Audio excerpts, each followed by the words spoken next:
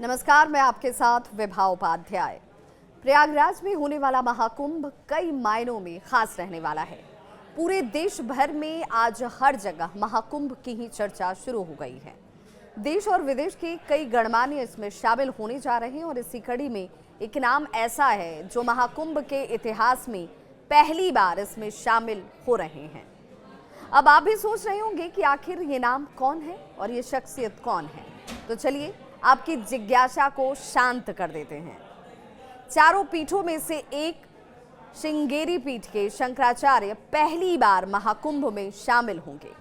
बाकी तीन पीठ ज्योतिष पीठ, बद्रीनाथ शारदा पीठ और द्वारिका के साथ साथ गोवर्धन पीठ पुरी के शंकराचार्य महाकुंभ में अब तक शामिल होते रहे हैं। भारत में शंकराचार्यों को क्यों इतना सम्मान की नजर से देखा जाता है और श्रृंगेरी पीठ के शंकराचार्य स्वामी भारती तीर्थ का प्रयागराज के महाकुंभ में शामिल होना क्यों इतना खास है?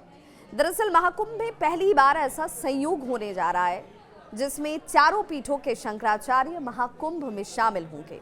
इस वीडियो के जरिए शंकराचार्य से जुड़ी हर एक जिज्ञासा आपकी हम शांत करने वाले हैं, तो आप बने रहिए बस हमारे साथ। और आपको अब बताते हैं कि हमारे देश में शंकराचार्य के पद की शुरुआत कब से हुई। इसकी शुरुआत जगत गुरु आदि शंकराचार्य से मानी जाती है। आदि शंकराचार्य एक हिंदू दार्शनिक और धर्म गुरु थे, जिन्हें हिंदुत्व के सबसे महान प्रतिनिधि में एक के तौर पर जाना जाता है। आदि शंकराचार्य ने सनातन धर्म की प्रतिष्ठा के लिए भारत के 4 क्षेत्रों में 4 मठ स्थापित किए। ये मठ वही हैं जिन्हें आप 4 धामों के नाम से भी जानते हैं। इन्हीं चारों मठों में प्रत्येक मठ का प्रमुख चुना जाता है।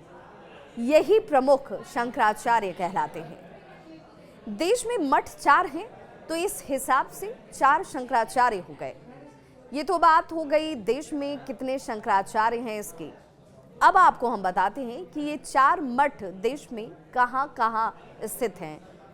इन मठों को लेकर आपकी हर जिज्ञासा को आज हम शांत करने वाले हैं। जहां 4 मठ के प्रमुख शंकराचार्य रहते हैं, ये मठ कहाँ पर हैं, तो जानिए कि पहला मठ उत्तराखंड के बद्रीनाथ में है, जिसे ज्योतिर्पीठ के नाम से भी जाना जाता है। दूसरा मठ गुजरात के द्वारिका में है, जिसे शारदीय पीठ के नाम से जाना जाता है। और तीसरा मठ ओडिशा के पुरी में, जिसे हम सब गोवर्धन पीठ के नाम से जानते हैं। आखिरी और चौथा मठ तमिलनाडु के रामेश्वरम में है, जिसे श्रृंगेरी पीठ के नाम से जाना जाता है। इसी श्रृंगेरी पीठ के शंकराचार्य महाकुंभ में पहली बार शिरकत करने वाले हैं। इसके साथ अब आपको ये भी जानकारी दे दूं कि ये चारों मठ या पीठ ही हमारे 4 धामों के नाम से भी जाने जाते हैं। इन्हीं चारों धाम के दर्शन की महत्ता सनातन धर्म में बताई गई है। तो ये तो हो गई चारों मठों से जुड़ी हुई जानकारी। अब आपको हम बताते हैं चारों मठों में प्रत्येक मठ के प्रमुख यानी कि शंकराचार्यों के नाम क्या हैं। वर्तमान में ज्योतिर्पीठ बद्रीनाथ के शंकराचार्य स्वामी अवि मुक्तेश्वरानंद जी महाराज हैं। शारदा पीठ द्वारिका के शंकराचार्य स्वामी सदानंद सरस्वती जी हैं। गोवर्धन पीठ पुरी के शंकराचार्य स्वामी निश्चलानंद सरस्वती जी हैं। श्रृंगेरी पीठ रामेश्वरम के शंकराचार्य स्वामी भारती तीर्थ जी हैं। दरअसल शंकराचार्य हिंदू धर्म में सर्वोच्च धर्म गुरु का पद है। जैसे कि बौद्ध धर्म में दलाई लामा है, ईसाई धर्म में पोप का पद है, वैसे ही हिंदू धर्म में शंकराचार्य का पद है। तो आइए जानते हैं इससे जुड़े हुए इतिहास और फिर कहानी को, जो शंकराचार्य के बारे में आपकी जानकारी को और भी धार देंगी और भी उसे विस्तार देंगी। आप सब लोगों ने जगत गुरु आदि शंकराचार्य का नाम जरूर सुना होगा। दरअसल शंकराचार्य के बनने और चारों मठों की स्थापना की पूरी कहानी की शुरुआत आदि शंकराचार्य से ही मानी जाती है। आदि शंकराचार्य के हिंदू दार्शनिक और धर्म गुरु थे, जिन्हें हिंदुत्व के सबसे महान प्रतिनिधियों में से एक के तौर पर जाना जाता है। आदि शंकराचार्य ने सनातन धर्म की प्रतिष्ठा के लिए भारत के 4 क्षेत्रों में 4 मठ स्थापित किए थे। अब आप समझे कि भारत में चारों मठों की शुरुआत कैसे हुई। इन्हीं चारों मठों में प्रत्येक के प्रमुख को शंकराचार्य कहा गया और इन्हीं मठों की स्थापना करके आदि शंकराचार्य ने उन पर अपने 4 प्रमुख शिष्यों को आसीन किया। तब से इन 4 मठों में शंकराचार्य पद की परंपरा चली आ रही है। आदि शंकराचार्य ने 3 दशक से कहीं ज्यादा समय में देश में 4 मठ बनाए और 12 ज्योतिर्लिंगों की स्थापना की गई। साथ ही हिंदू धर्म में फिर से जान फूंकने की कोशिश की गई थी।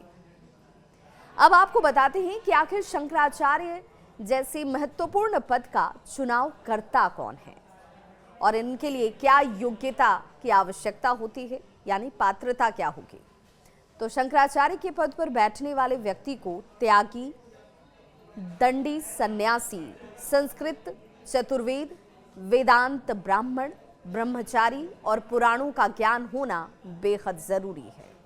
इसके साथ ही उन्हें अपने गृहस्थ जीवन, मुंडन, पिंडदान और रुद्राक्ष धारण करना काफी अहम माना गया है। शंकराचार्य बनने के लिए ब्राह्मण होना अनिवार्य है, जिन्हें चारों वेद और 6 वेदांगों का ज्ञाता होना चाहिए। जिन्हें शंकराचार्य बनाया जाता है उन्हें अखाड़ों के प्रमुखों, आचार्य महामंडलेश्वरों, प्रतिष्ठित संतों की सभा की सहमति के साथ और काशी विद्युत परिषद की स्वीकृति की मुहर भी होनी जरूरी है। इसके बाद ही शंकराचार्य की पदवी हासिल होती है, या यूं कहिए कि मिलती है। अब चलिए आपको थोड़ी सी जानकारी अखाड़ों के बारे में भी दे देते हैं, जो शंकराचार्य के चुनाव में महत्वपूर्ण भूमिका अदा करते हैं। देश में कुल 13 अखाड़े हैं जो 3 मतों में बंटे हुए हैं। यदि अखाड़े हिंदू धर्म से जुड़े रीति रिवाजों और त्योहारों का आयोजन करते रहते हैं। कुंभ और अर्ध कुंभ के आयोजन में इन अखाड़ों की खास भूमिका होती है। महाकुंभ और अर्ध कुंभ में स्नान के अखाड़ों को विशेष सुविधाएं मिलती हैं। इनके नहाने के लिए विशेष प्रबंध किए जाते हैं। सरकार की ओर से इन्हें सहूलियतें भी दी जाती हैं। इसे देखते हुए अखाड़ों के बीच जो वर्चस्व है उसकी जंग भी देखने को मिली है। कई बार ये छिड़ी भी है, जिससे निपटने के लिए वर्ष 1954 में अखिल भारतीय अखाड़ा परिषद की स्थापना की गई। अखिल भारतीय अखाड़ा परिषद ही सभी 13 अखाड़ों के कुंभ व अर्ध कुंभ में स्नान का वक्त और उनकी जिम्मेदारी को तय करता है, जिसे भी अखाड़ा मानता है।